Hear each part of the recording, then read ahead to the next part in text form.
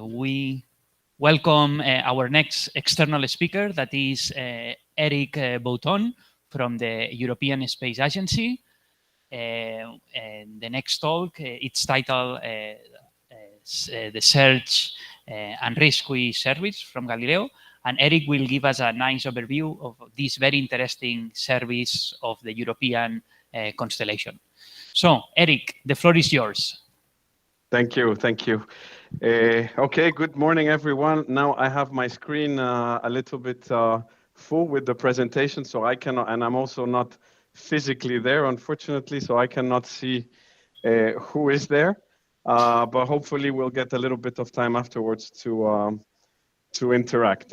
It's a pleasure really to be here, especially, I don't know if I've been introduced or you've had the opportunity to take a look at the short bio I provided. But I'm French-Brazilian, so I speak Portuguese fluently. I asked actually to give the presentation in Portuguese, but I think in the context of this masterclass, it has to be done in English. So, but maybe at the end we can interact with questions in Portuguese. It will be a pleasure. So my name is Eric, as I said, and I'm a systems engineer here at the European Space Agency, also called ESA. And here at ESA, I work together with the colleagues from the European Commission and the EU Agency for the Space Program and many other partners in the development and operations of this very specific system that I came here to present, which is called the SAR Search and Rescue Galileo. So what is SAR Galileo? Well, SAR Galileo is the Galileo program's contribution to search and rescue operations around the world. Today, what I'll do is I'll spend an hour or so, hopefully a bit less because I know it's close to lunch, to try to give you the general points of what this contribution is. So as some of you may know, the Galileo program search and rescue services are part of a more global initiative, which is called the International COSPA-SARSAT program. And COSPA-SARSAT is a joint sort of acronym in both Russian, the first part, which I will not even try to pronounce, and the second part, SARSAT, which is Search and Rescue Satellite Aided Tracking. And more specifically, Galileo contributes to COSPA-SARSAT search and rescue system in medium Earth orbit, the so-called MEOSAR, as you see here in the title. So I'll be then talking about the system and try to explain the general advantages of MEOSAR over the previous search and rescue systems that already existed before. And I'll start with a general description of COSPA-SARSAT program, because I think it's always helpful to understand how this came to be. I'll talk a little bit more about the infrastructure of the Galileo program, what the Galileo program provides to the COSPA-SARSAT system, both in space and in ground.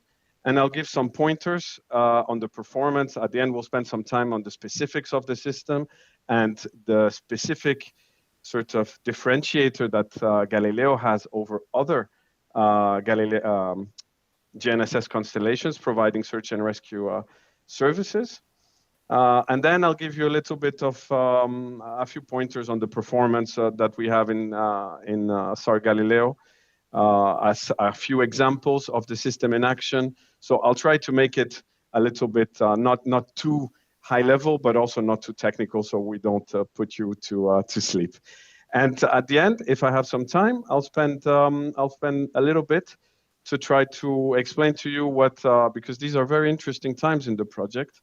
We are developing a number of new services that support emergency operations, not only in the traditional SAR sense, as you will see, but also going a little bit beyond. So I'll talk a little bit about these at the end. So very quickly on the contents of the presentation. So I'll start with a very short description of the services in general, but of course the focus will be on SAR. As you might know, there is a very clear synergy, which is why we have SAR payloads on navigation satellites between SAR and NAV. And there is a specific slide in the presentation where I will show this. The SAR services on Galileo, they contribute to COSPA-SARSAT, so we'll be talking about this as well. I'll explain the general advantages of the MEOSAR system with respect to previous SAR systems, and then we'll talk about the infrastructure. We'll dwell about this differentiator, which I spoke about, the return link service, a little bit on performance, some of the new services, and at the end, some examples of the system in action. So if we move to the services, so Galileo, as I'm pretty sure a lot of the presenters before me and some of them after me will make you aware and will dwell on it with much more detail. As you will know, the Galileo, you will know it as the European GNSS system, with, of course, emphasis on navigation. And indeed, Galileo is primarily a navigation system, but there are also other maybe less well-known to the general public services. And one of these major services is search and rescue. So the services that are now in operation or close to, or either in validation or in testing in the navigation realm, let's say, are the open service, as you see here, the high accuracy services, the service which is in validation phase now, the authentication service, the so-called OSNMA, which I think some of the other presenters will or have talked about. And then there is, of course, the PRS, the public regulated service, which is intended for governmental users, is very robust and has encrypted signals, while, of course, the open service is available to everyone worldwide, interoperable with other constellations and free of charge. But looking specifically at search and rescue of Galileo, formally, it is the EU contribution to COSPA-SARSAT. It is free of charge. It has worldwide coverage, and actually it embodies two sub-services. One is the alert service, which is when beacons in distress send alert messages to ground infrastructure to let them know that they are having problems, and the return link service.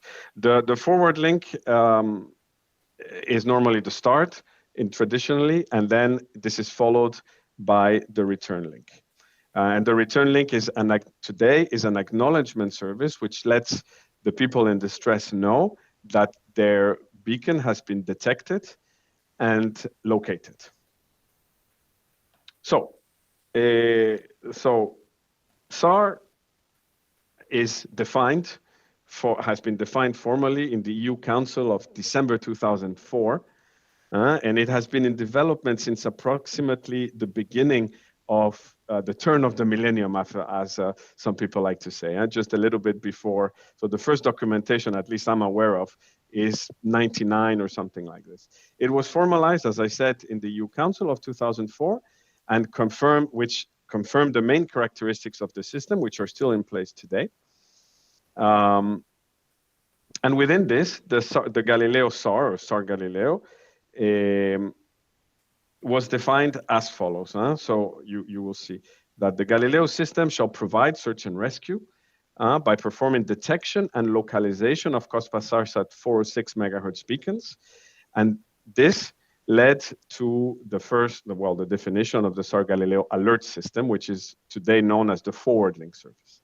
Then the other definition provided by the EU Council at the time was that SAR Galileo shall provide a return link capability to distress beacons. And this is today the acknowledgement service, which is today also known as the return link service. So to start with, the Galileo SAR mission, it's an integral part. So this is why we say it's a contribution to COSPA-SARSAT. So it's an integral part of COSPA-SARSAT MEOSAR initiative with a set of requirements like interoperability, et cetera, And somewhat controversially, the next point, which is also in the definition, is, or controversially, or a bit in opposition to what we see above, is that SAR Galileo shall be contributing to a self-standing search and rescue service, not relying on other GNSS constellations. So sometimes we can think about this as controversial, but not necessarily. It's just a definition that says that we need to both be interoperable with other services, but also be able to function by ourselves. Something that is worth noting is that the return link service, also mentioned is in this EU Council, is at the time was really a new SAR initiative, which was only proposed by Galileo. So no other constellation was providing a return link service. So after working for some years, after working for some years, so in December 2016, the initial SAR services were the initial Galileo SAR Galileo services were officially declared. And this was the alert of the forward link part of MEOSAR. Actually, the first part of an actively working service of MEOSAR. And so it was included into the already existing constellation provided by LEO satellites and GEO satellites. The commitments which the program of Galileo gives to the public are contained in a document which is publicly available and downloadable today, which you can see here in the slide. Can you see my mouse or not? Can you see yes. what I'm pointing at? Yes, no? Yes. Okay. So so this is the so-called service definition document, and it's available for download at the Galileo Service Center website. So this document is today in its second version. It includes both the forward link and the return link. It has all the main components, so you're free to download it if you're interested and read the technical aspects of the service. And the first version, published in 2016, contained only the forward link. So today, what we call the combination of the two, the enhanced service of SAR Galileo.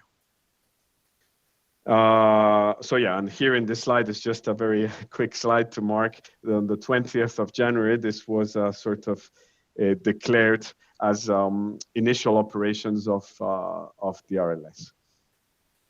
About 2 years ago now, so it seems like ages ago, but actually it's not that long ago. So what are these? Let's look a little bit into the details of the services. I don't go too much into the details for now, but and I tried to do my best to illustrate the two services, the forward link and the return link services, with a very simple drawing explaining how these services basically work. But as you might have seen in the previous slides, and you might see in the next slides, I'm not very good at graphic design.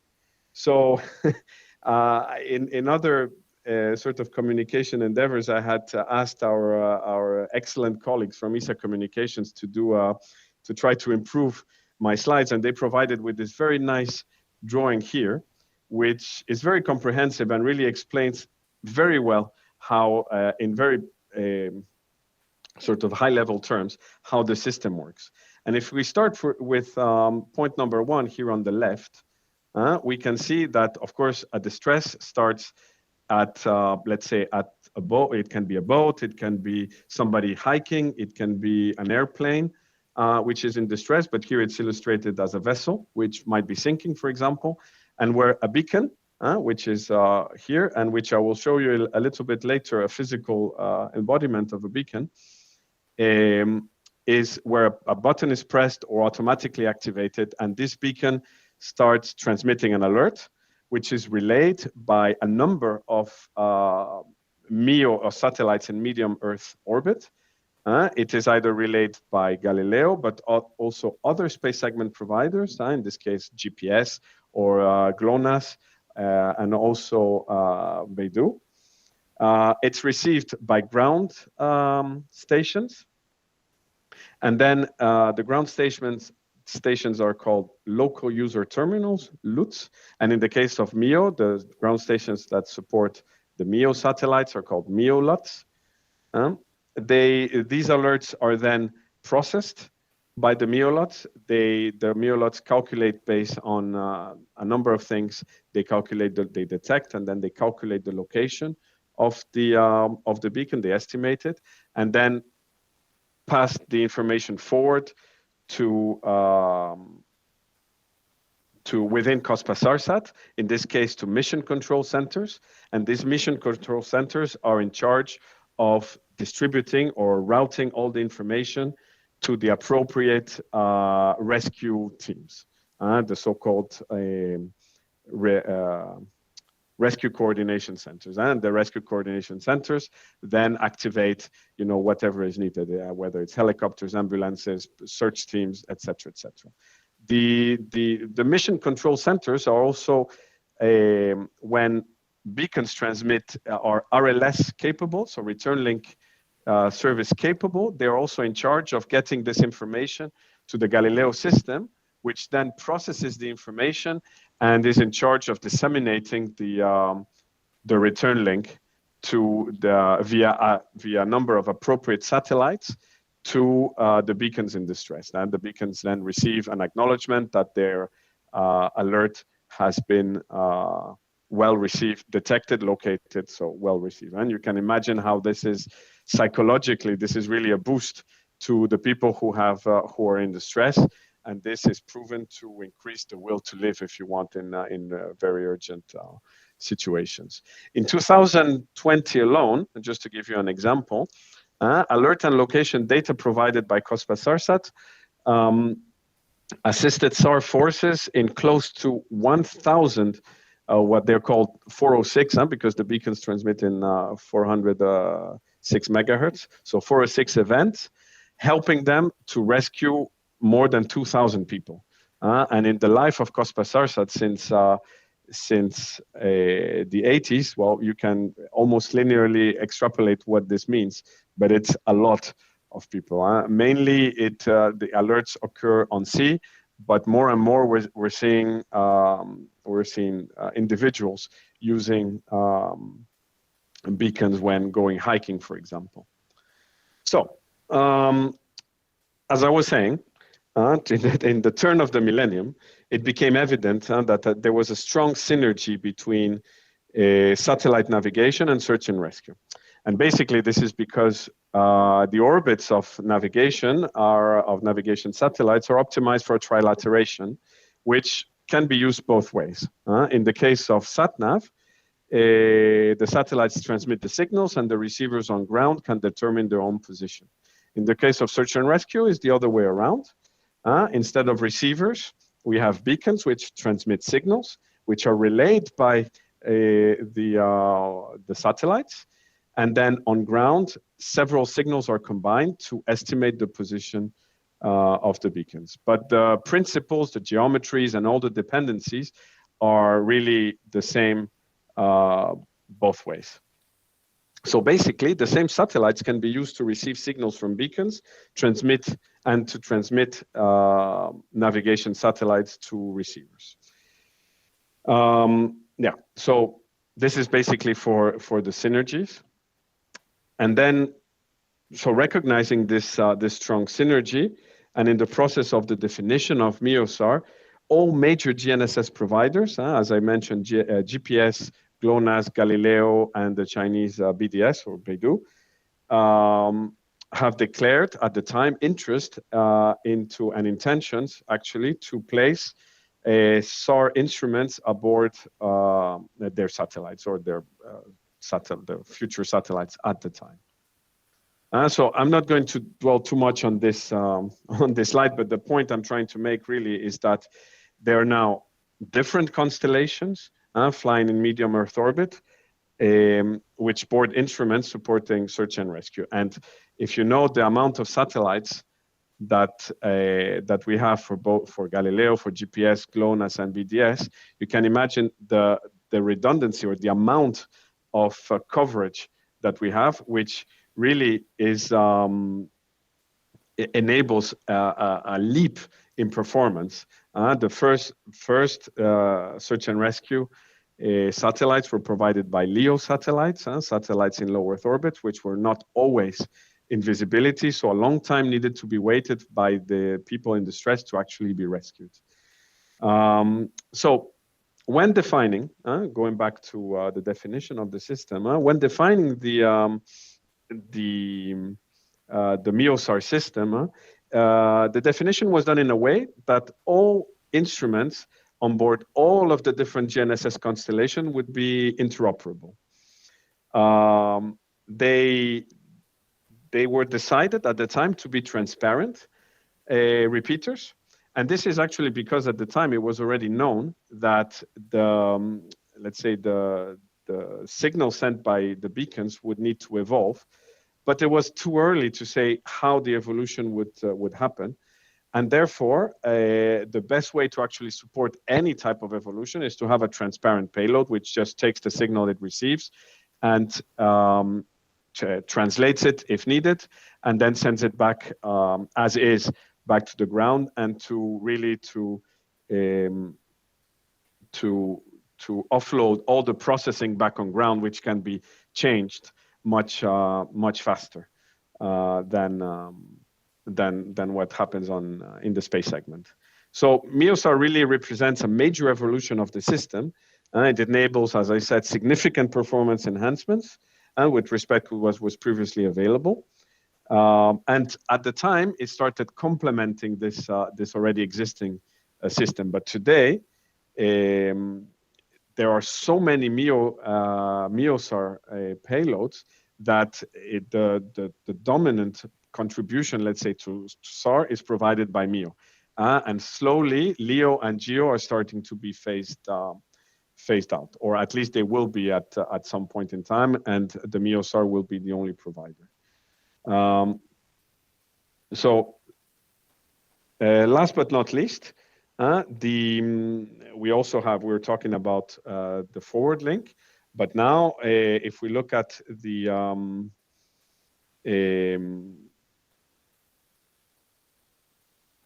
sorry, I got distracted for a bit and I lost my train of thought. Yes, the performance enhancement comes from the fact that there are so many satellites in orbit that all the effects of the different angles where the beacons can be, the effects of terrain, wreckage, shadowing, any sort of sea state, because you are in a boat that might be just like this, and so the beacon is doing this. All of these, in real emergencies, they can be mitigated by transmitting the signal and being received by a number of satellites. And the more, as you know, the more satellites you have to calculate a position solution, the better. The acknowledgement of this detection and localization of the alert came as a feature of MEOSAR for the return link due to this synergy, as I said, of the two, and the fact that, of course, the two payloads on the forward link, the SAR payload, and the return link, which is part of the navigation message, are present in the same satellite. So just to summarize, the second generation beacons and this new generation of beacons, which at the time did not know, well, the actors in search and rescue did not know what they would look like, were actually the enablers of this new constellation MEOSAR. And today, second generation beacons are very well, the signals are very well consolidated, but they're not yet marketed. But hopefully this will come soon enough. So just to go a little bit more into the advantages to the SAR community, as I said first, we have faster detection and localization because we have a lot of, there are constantly satellites over every point in Earth looking at possible distress. There is this acknowledgement of receipt provided currently only by Galileo, but it also has worldwide coverage. We have, this of course equates to better effectiveness and faster rescue operations, and for the return link part, an improved psychological state that of the people or of the vessels in distress. So what is actually the contribution of Galileo? And here I'm going to talk a little bit about the Galileo infrastructure, both in space segment and in ground segment. So let's start with the space segment. So I have here a very nice drawing or illustration of what a Galileo satellite looked like.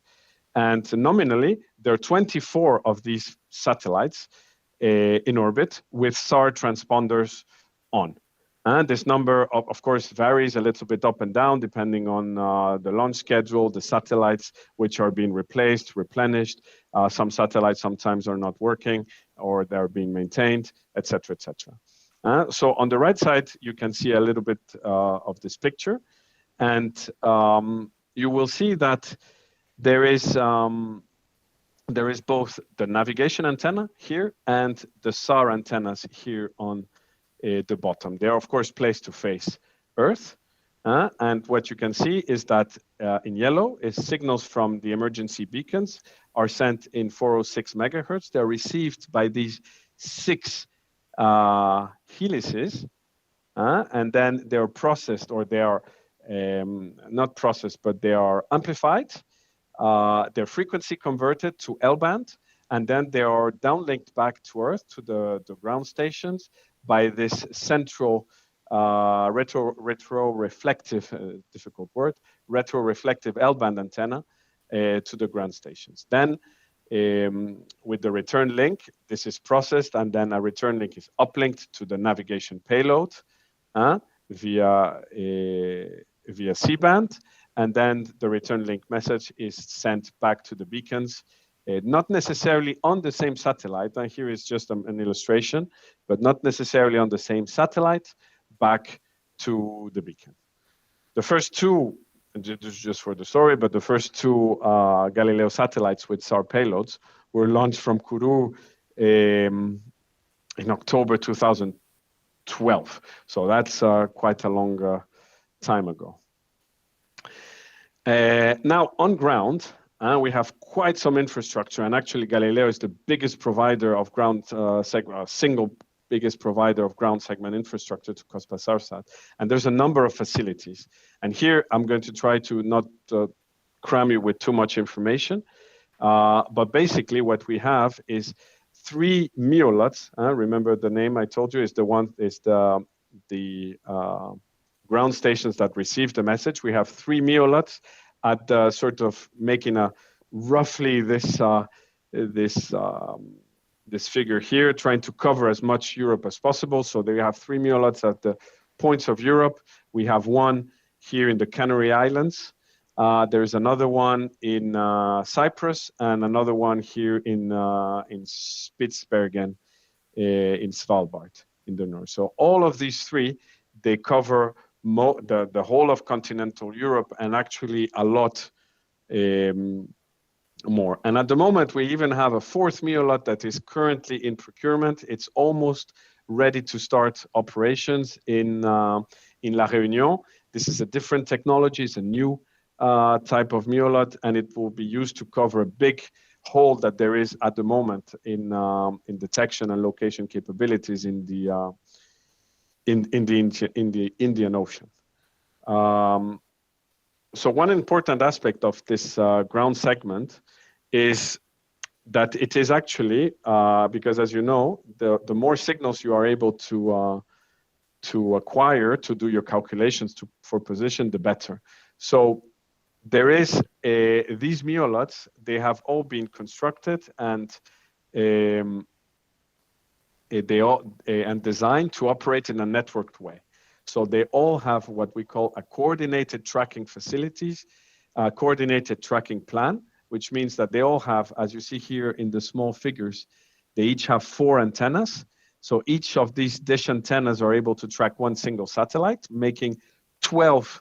So 12 satellites by these 3 are constantly being tracked, and the tracking plan is coordinated, and all the information is shared amongst all of these MEOLUTs.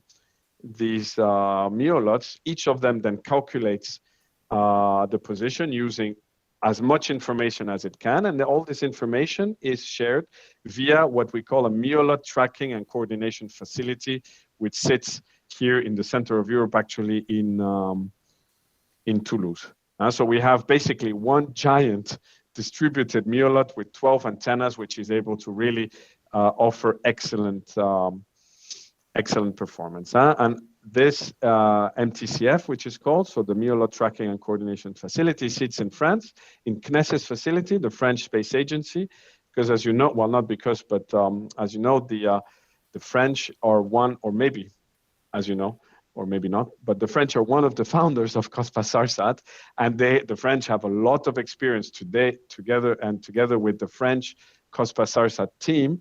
There is a co-location where the SAR Galileo service is offered. So everybody's co-located in Toulouse, in France,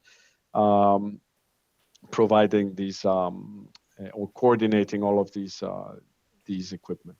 So on top of this, we also have a number of reference beacons, some of them co-located with the facilities that I've mentioned, some of them in other places. And reference beacons are almost regular beacons, which are placed in specific parts and are sending constant or regular alerts, which are used for, which are not recognized by all the system as not being real alerts, but they're used to constantly monitor the status of the system. So MEOLOTs around the world are able to pick up these signals and see if they are still working correctly, and they are able to benchmark their performance, etc., etc. So we have currently 7 of them, and some additional ones are currently being procured. On top of this, in the pipeline, we also have calibration beacons. And calibration beacons are not regular beacons. They're beacons which send beacon-like information, but with very, very stringent requirements, such that they can be used. So the signals are extremely stable, and the frequency is really very well known and does not move, so that the MEOLOTs can receive this signal and calibrate their own processing regularly. So this is also used to improve performance. And last but not least, we also provide a SAR, what is called a search and rescue server, a SAR server, which gives information about the location of the satellites, because of course this is needed.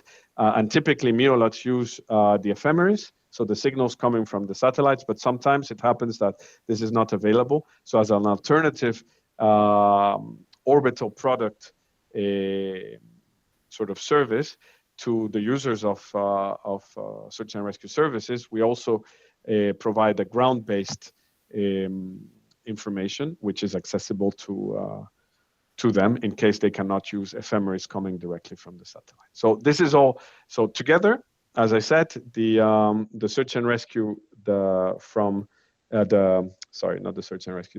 space segment and the ground segment are the contribution of SAR Galileo to COSPA-SARSAT. Now, going a little bit into the meat of the presentation, and here is where we see the return link. And here I'm going to go a little bit more into the details, because the return link is really what sets Galileo apart today from the rest of the constellations. And what is the return link? Well, return link, as I said several times now, is a means to provide short messages to beacons. And today, the short messages are only acknowledgements that their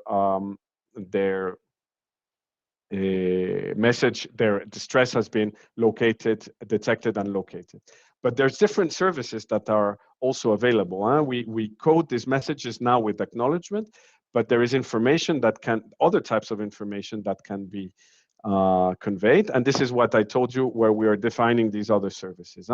And so we can do what I said, automatic acknowledgement. There's also the possibility of doing manual acknowledgement. For example, the RCCs, the Rescue Coordination Centers, the rescue operations can communicate with somehow communicate, send some sort of information to beacons in distress.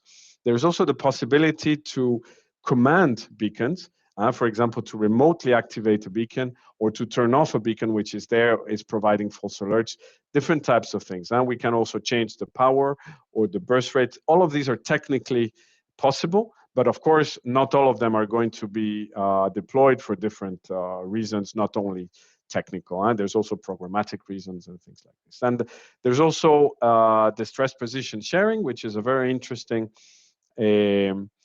a service, which is a way to share the information amongst different or beacons which are in vicinity of a beacon in distress. So you can share the information with these other beacons to let them know that there's somebody in their vicinity that is in distress, so they can maybe help or assist the SAR forces. And then today we're also defining a different service, which is the emergency warning service, which I'll talk a little bit about at the end of the presentation, which is not strictly speaking a search and rescue service, but has a lot of synergies. So looking a little bit, this is the overall view of the Galileo return link. And there's a lot of information here, so I'll try not to spend too much time on it. But basically, this is a very complex system which involves several entities. The mission is defined by the European Commission, as you know.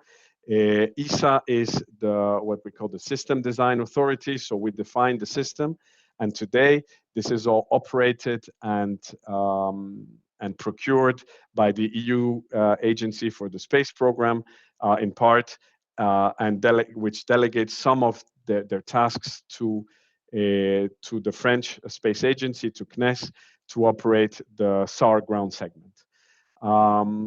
So this complex system, as you see here, I show you here the whole dissemination chain. It starts, and here there's a bunch of acronyms which you can look at when you want, but I'm not going to go too much into the details, but I'll just go to the block diagrams here. It starts at the beacon. The person in distress or whoever pushes the button, this is conveyed, as I mentioned, by the forward link is sent. So the forward link message is sent, is relayed by Galileo satellites or other constellations, is received by what is called the SAR ground segment. Here, the SAR ground segment then conveys this information to the mission control centers.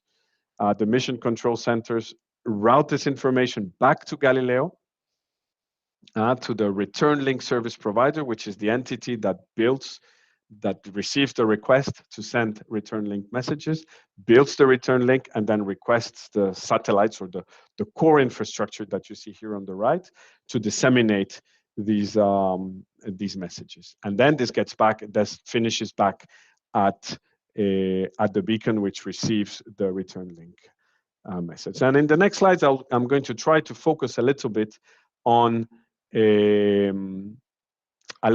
some of the parts which I think are quite interesting and relevant. So it all starts at the beacon, on the left side, as I said here, on the left side of the figure. And the beacons, they transmit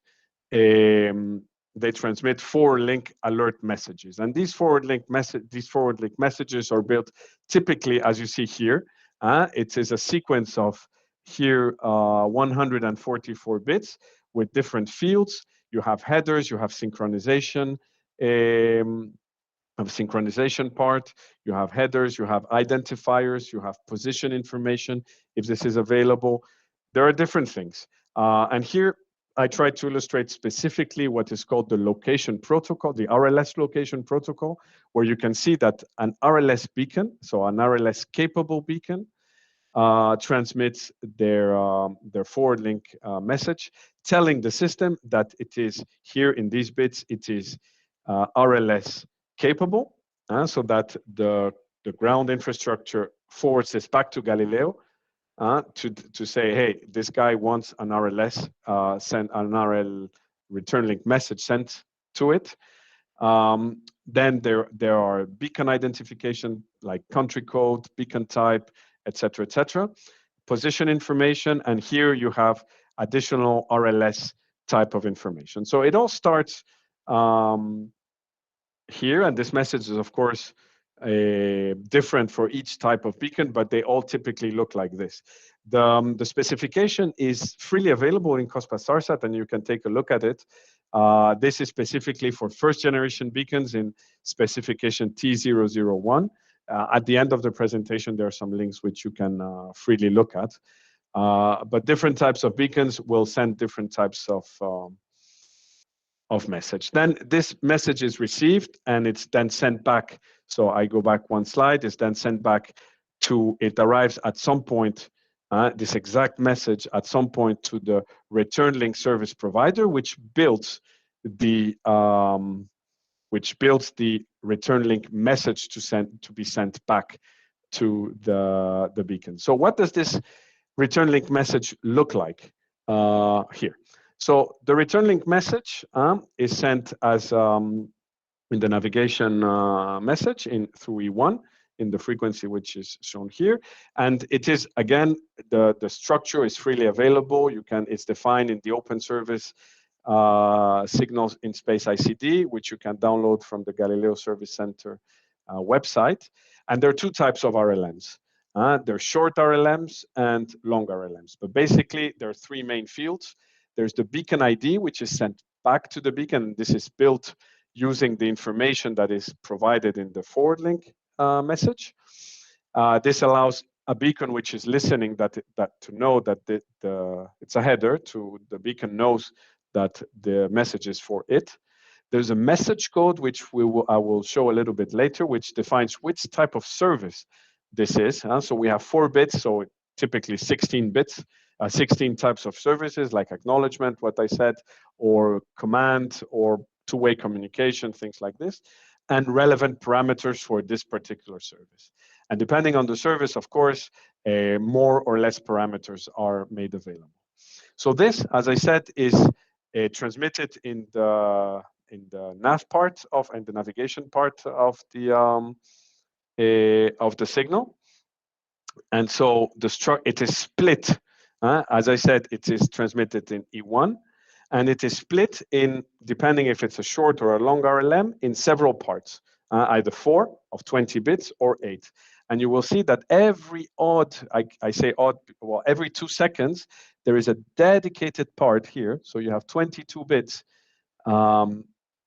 just dedicated for search and rescue. And this is why we split the 80 bits or the 160 in either 4 or 8 parts. And then there's 2 header bits on top of the 20 to identify which part and to make sure that the beacon is able to reconstruct the message. So you can, as you see here, this short RLM is split in 4 parts, so 80 bits. The first 60 are beacon ID, 1, 2, and 3. And then you have 4 bits for the message code, as again I said, and then the parameters. So exploding again this vision and trying to go a little bit more into the whole thing, you have the first 60 bits with country code and something that really identifies the bit. You have position ID, position if it's available, the message code, and the RLM parameters. And here, as you see, the message codes are defined also in the interface control document, which is available online. And you will see that we have for acknowledgement 0001, for testing we have 1111, and there's other codes which are currently under definition.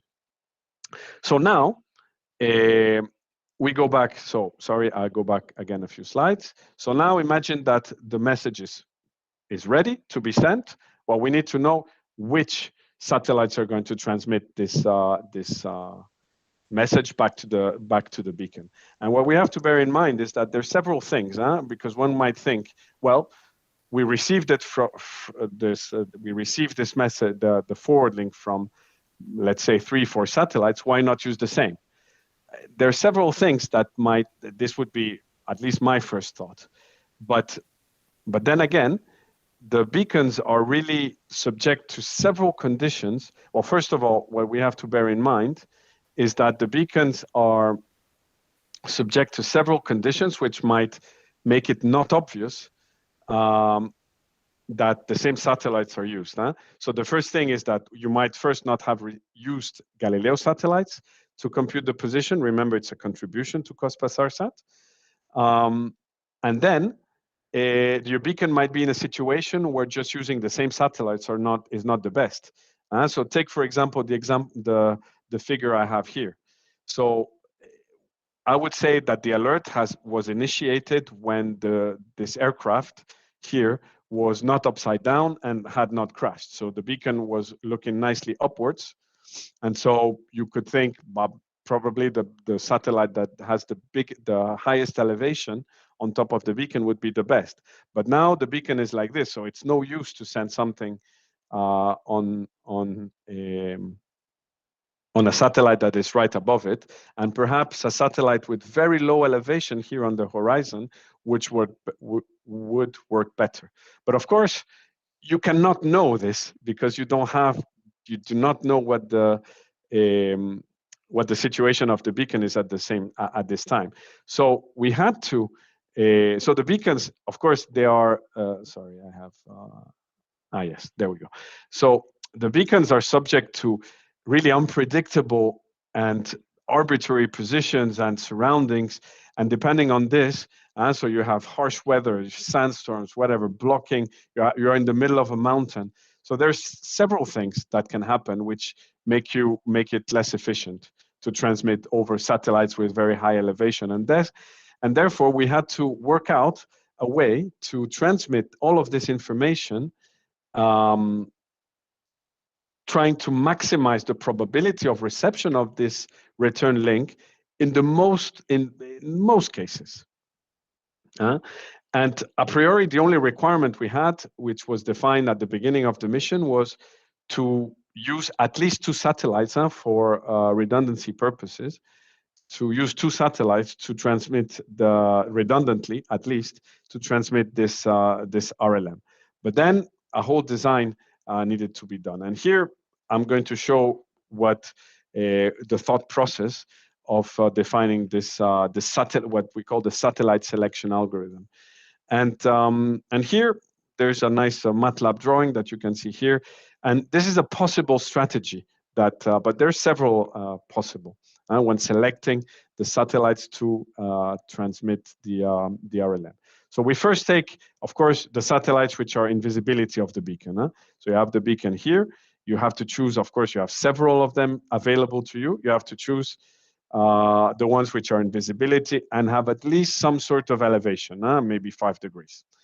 Then you choose a subset of these satellites, which will be connected in the next X minutes. And X minutes can differ depending on what sort of service you have.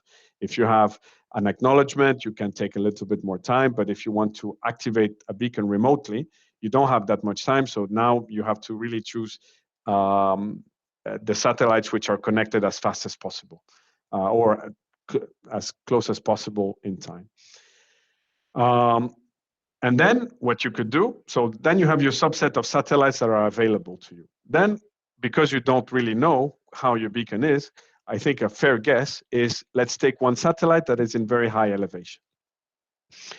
And then what is possible to do, once again, is, because you do not know, is you will try to take all of the rest of the satellites, if you have capacity to send your message, all of the rest of the satellites,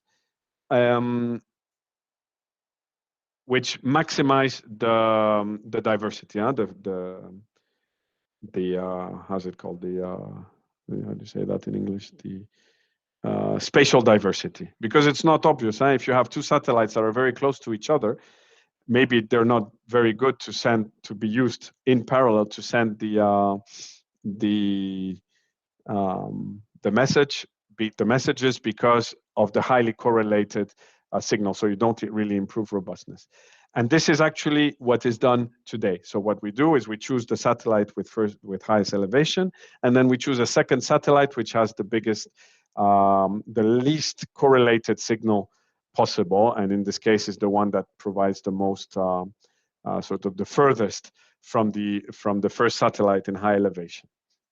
Now, other things are possible, but we have tested several different algorithms, and this has shown in the current circumstances with the current constraints of the system to provide the best performance. So I'm going to just dwell very quickly because I see that, as usual, I talk a lot and there's not that much time left, on the last part of the reception of this dissemination chain, which is back at the beacon. Now we have to make sure that the beacon actually receives it, and something that is very important is to remember is that the beacons, they are many of them are battery operated, and beacons that are battery operated, they cannot all the time be on. So the GNSS receiver that will receive the RLM cannot be on all the time. We need to try to save battery as much as possible, while at the same time maximizing the probability of reception. So this was a little bit of this was a very interesting sort of engineering task that was carried on. And the decision was that, well, first, because this is not a communication system, the beacon does not know a priori which satellites will be used. So it has to track all the satellites it has in view. This is the first thing. And now that this is sort of out of the way, this is the first engineering decision. Now we have to do the trade-off between keeping the beacon on and saving battery. And at the same time trying to maximize the probability of reception. So what was decided was that the GNSS receiver, as you see here in this slide, the GNSS receiver, here the example, would be activated at a certain time, let's say 3:17, and then would remain on for 30 minutes. In general, this is more than sufficient to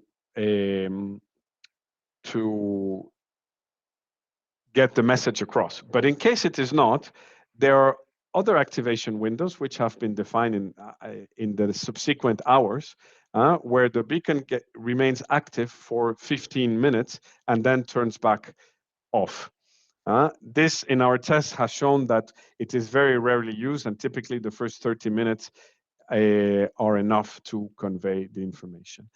I have in the slide a little bit of how this is, because it's quite an interesting way of doing it, how it has been decided to when the beacon is going to turn on and off, but I don't have that much time left, so I'll let it to you to read. I think it's reasonably comprehensive, and the documentation also explains this quite well. So I'll skip the next slides. I'll give a few words about performance just for information. And it is all contained in this table. The performance is monitored continuously on a monthly basis. And I have extracted some values here. These come from 2020, but it's because it's the report I had. But of course, every month there is something, and it's very stable today.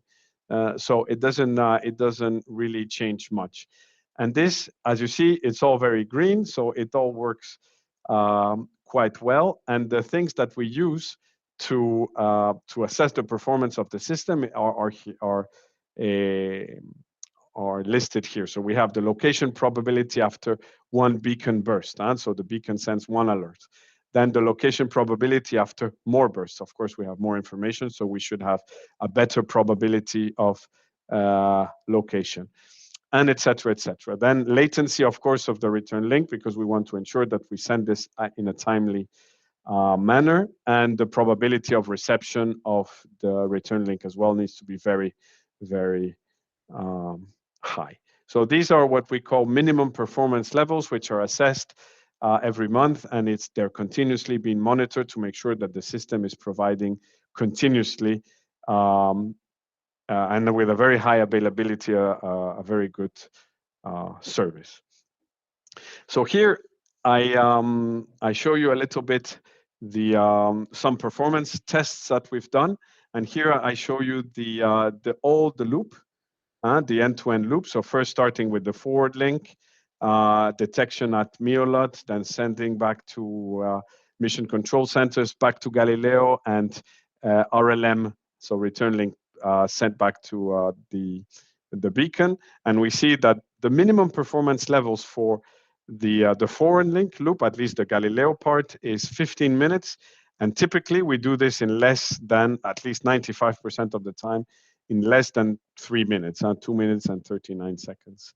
For the return link part, the minimum performance level for the acknowledgement service is 15 minutes, but tests and under extreme conditions have shown that the system performs extremely well, and 90% of the time this is delivered within 29 seconds.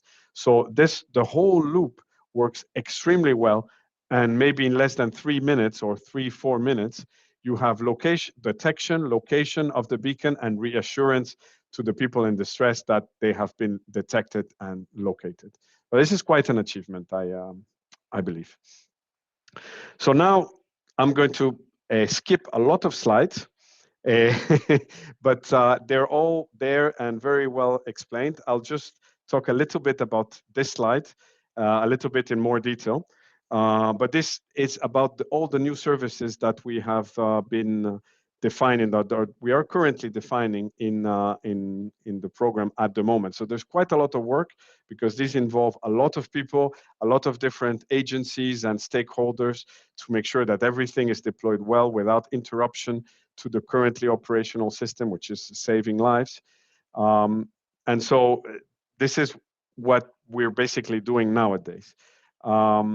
So we have the capability, using the spare bits that we have, to define some new services. And currently there are 4 new services, which you see here on the slide, that are being worked on or thought about. They are different. They are at different levels of maturity, but and some of them are very advanced, while some of them are really just under consideration. So the channel, which we have, and which is today used for the return link service, offers these opportunities to go beyond the mere provision of acknowledgements, let's say. But the problem is the channel has a very low bit rate. It's 10 bits per second. So it only has the capability of providing these short messages of 80 to 160 bits.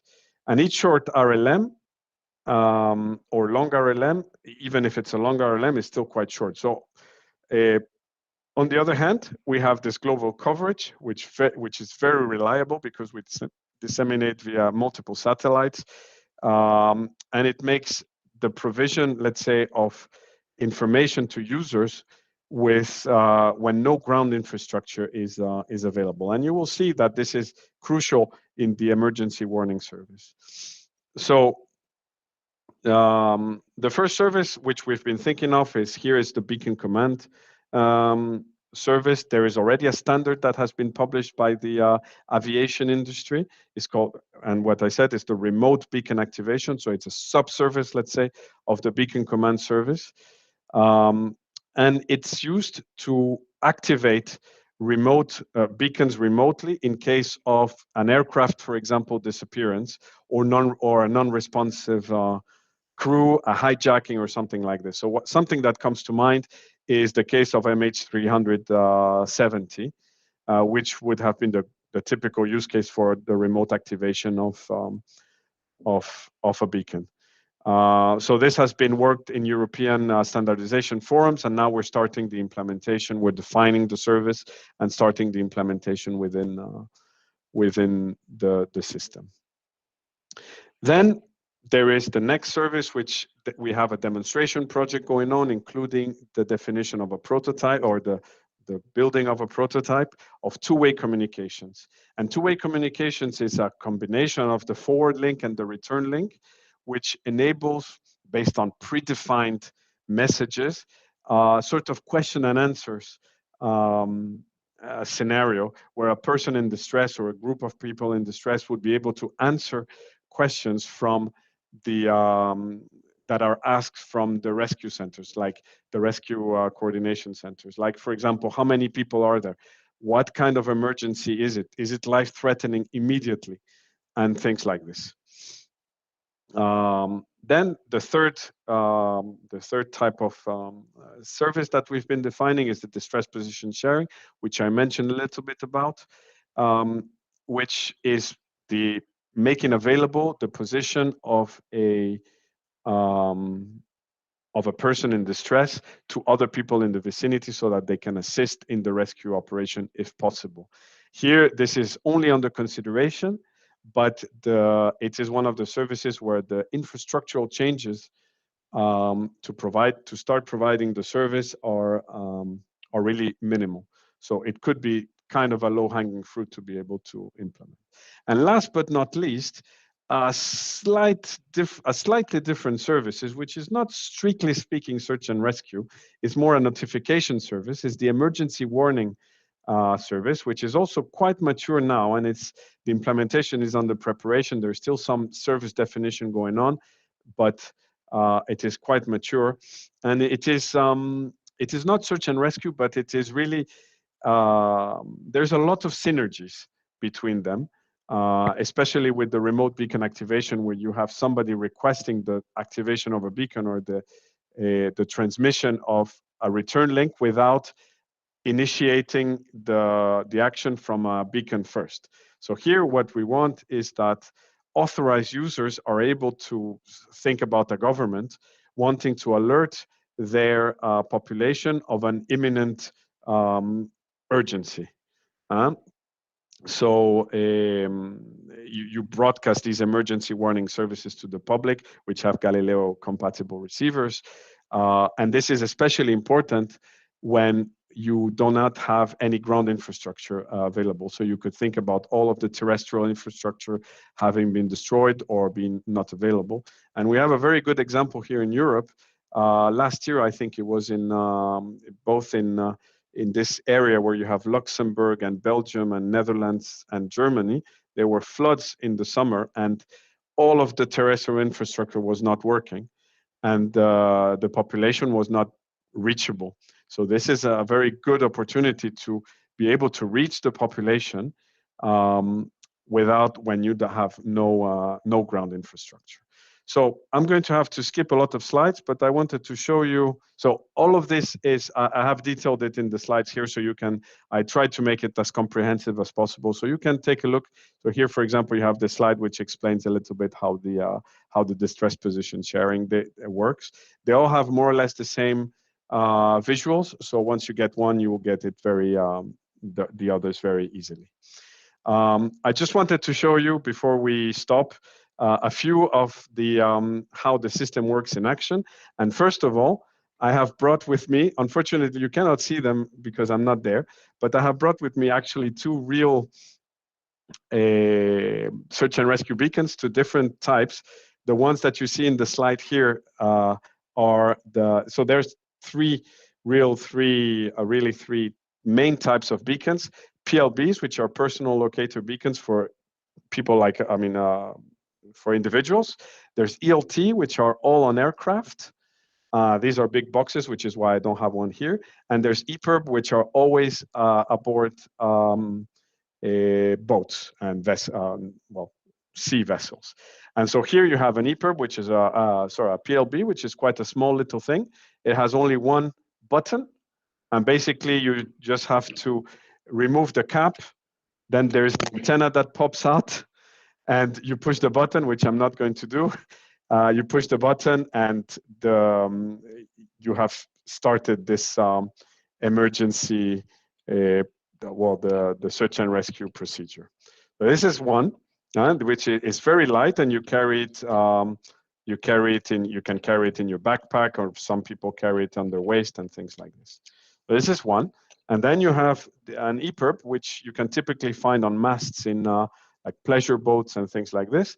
And this one is manual, so you also have to press a button. You have to take out this cap, and then there's this red button which you press. But some of them are automatic, and they activate automatically when, for example, they get wet. So if the boat is starting to sink, it will, and they also float, and they get detached and then they float, and so to illustrate a little bit how I had prepared an animation. So you see this this image here has this beacon actually, which I show you here. And so if you press the button, you will send something, and then I will send a forward link, and then at some point, let me see if it works, you will receive the return link, which This is a prototype, so it's not super well, it doesn't show very well, but you will see the light will change. So this is actually a real, I compressed it to not to wait 2-3 minutes. And you see at some point the light becomes, yeah, there you go. The light becomes blue. So this is really a real loop that went through the system, where you can see that the return link was received in 37 seconds, right? We have, okay, so then we have, of course, demonstrated this several times. This is the first, the capabilities of the system, and to promote it, and also to show that, to validate, to show that it works well. The first demonstration was called Operation Sharkbait, where we had somebody on a boat, actually, that deployed their PLB, and then actually real operations were sent. And the last, so this was in 2019, with everybody coming to watch, the Commission, EUSPA, us as well, how this worked. And then the last demonstration project we also had last year. One of our colleagues from EUSPA went to Svalbard in the north of Norway to do an exercise with the search and rescue operations over there. And typically in the northern latitudes, we have not as good coverage, so not as good performance typically. So this is why this exercise was there, but the system showed that it worked quite well. All the key information was provided to the first responders within 2 minutes, with an accuracy of 730 meters, which is quite good, given that the requirement is around is 5 kilometers today. So, of course, there's not only demos, and demos are always nice, and there's nobody in danger, but we had a very sort of high-profile occurrence of a search and rescue operation, which sort of was helped by SAR Galileo, which was last year. Is last year or 2 years ago? I don't know. November 2020. So with the pandemic, we all lose track of time. But at the end of November 2020, there was this well-known Vendée Globe race, where one of the skippers yacht, I think, broke in two. And so he jumped on his sailboat, he jumped and activated his PLB. This was picked up by a number of satellites, including in the coast, I think it was in the coast of South Africa. It was picked up by several satellites, including 3 Galileo satellites. The SAR ground segment also, the Galileo SAR ground segment also calculated the location and contributed to the RCC in South Africa to be able to launch the rescue operations. This is also a good example of, let's say, a manual distress position sharing, because the position of this skipper was sent to another skipper, which was in the vicinity. And I think after, I don't know how many hours, he managed to find, because they were really in the south of the sea. So it was very difficult to get there. But after how many hours, some hours, I don't know, 8 or something like that, he managed to get to his colleague and to rescue him. So, well, say hi, a happy story at the end, which actually showcases the usefulness of this service. So to wrap it up, because I know I think I'm almost past time, or I'm maybe past the time. We've been talking about search and rescue service of Galileo. It actually takes the word search out of search and rescue, because it really reduces the time to detect to minutes, has a very reliable performance for the location of emergencies. So hopefully there is not much searching left for the for the operations, and they can really focus on the rescue part. The acknowledgement service and the RLS service supports this part with the reassurance, the rescue with the reassurance to the people in distress. As we've heard over and over again, this gives confidence and a boost in the will to live to the people in distress. So it is always dubbed as an excellent thing to have. Finally, of course, we have the new services in preparation, which all make use of the RLS, of the return link service, which I tried to detail as best I could. And all of these are on the way, and you will be hearing about them, I think, in the next few months. So this, of course, is I put this presentation together, but this is really a joint effort between us, the European Commission, EUSPA, and all of the partners, both institutional and industrial, that makes this happen. So thank you very much for your attention. I always talk way too much, so I'm not able to concentrate everything in 1 hour. But if we have time for a few questions, I'm happy to oblige, or otherwise you can contact me anytime. My data is here on the right side of the slide, so please feel free. I'm always happy to help. So that's it for me.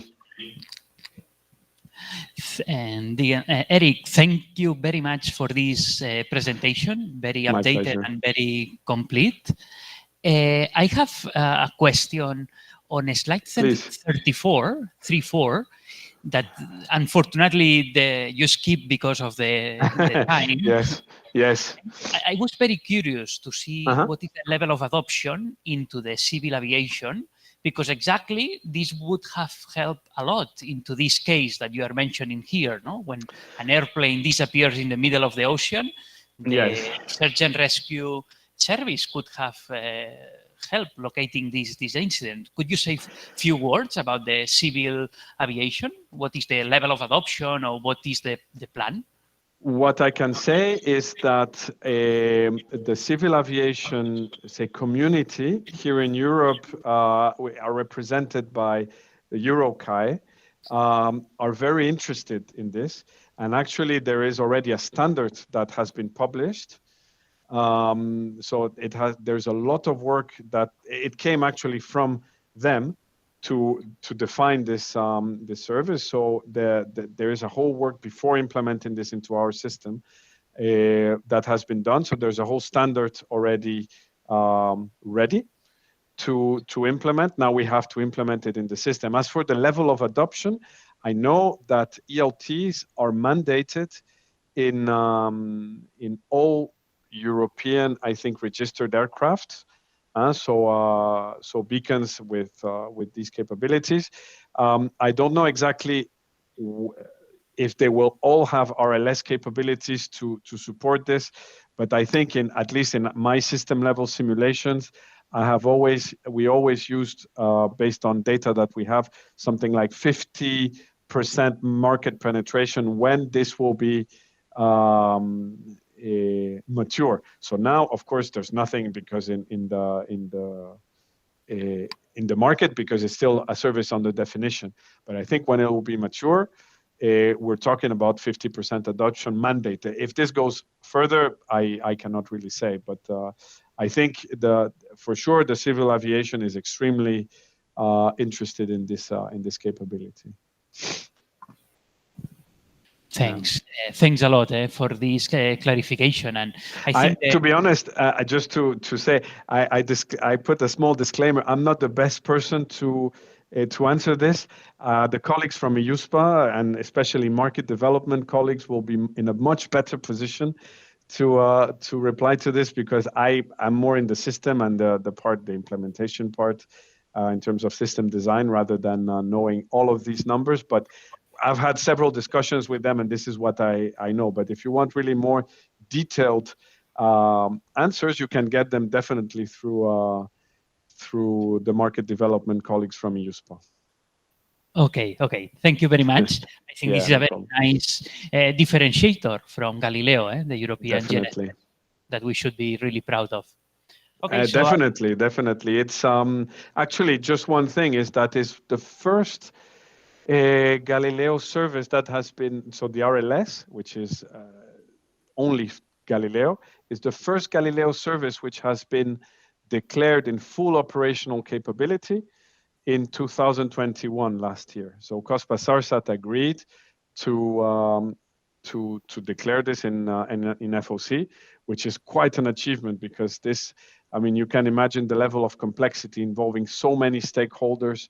All of the, the ground infrastructure worldwide, not only Galileo, needs to be able to support this, needs to be able to convey the messages, to route them, to understand them. So it's really a worldwide endeavor, and I think it's quite an achievement. Yes. Okay, so I think we do not have time for more questions. But we have the contact details of Eric in the slide. Yes, please do. I'm always happy to point towards the information because the websites are a little bit sometimes difficult to navigate. But I try to put the information there on the slides. If there is not enough, feel free. I'm always happy to talk about search and rescue. No problem. Okay, thank you very much. Obrigado. Yeah. Obrigado a você. Okay, so we close the morning session here. We now will proceed for lunch. So we will reconvene at 1:30. Okay, so thank you very much. Thank you.